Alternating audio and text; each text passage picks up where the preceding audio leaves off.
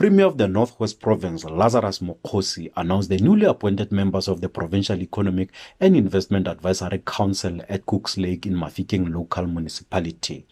Speaking to the media after the announcement, Premier Mokgosi said the council will advise the provincial government better on matters relating to growing the economy, fighting poverty, and reducing unemployment in the province. I think you will recall that when we opened the legislature, we did indicate that we need to establish an economic and investment advisory council, which is going to be of some form of a discretionary council to the premier to advise on key important aspects of the economy. I think we must accept that as a province we have the high rate of unemployment, especially amongst young people. Now you need to have experts and professionals in the different sectors of the economy, could be mining, agriculture, tourism and so forth, who are going to be able to say to the province, this is the initiatives and strategies and tactics on how are you going to create jobs, sustainable jobs, whether in the short term, in the medium term or in the long term. So the main role of the council is to advise the premier and government on such initiatives. The newly appointed council members comes at a critical period in the developmental trajectory of the province, with expanded unemployment rate standing at 54%. They have committed to help in unlocking economic potential of the Northwest Province.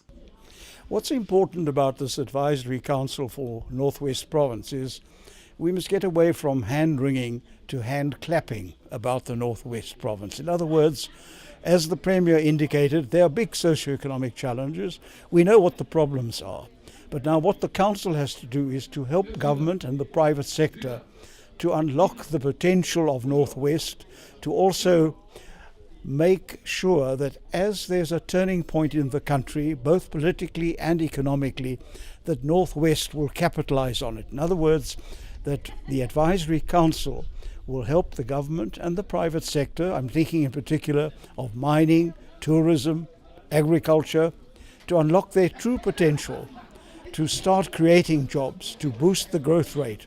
And so in that sense, the Advisory Council can play a vital role in expediting implementation of projects and policies that will improve the growth prospects of the Northwest Province, will lead to job-rich growth, and make the person in the street feel things are getting better.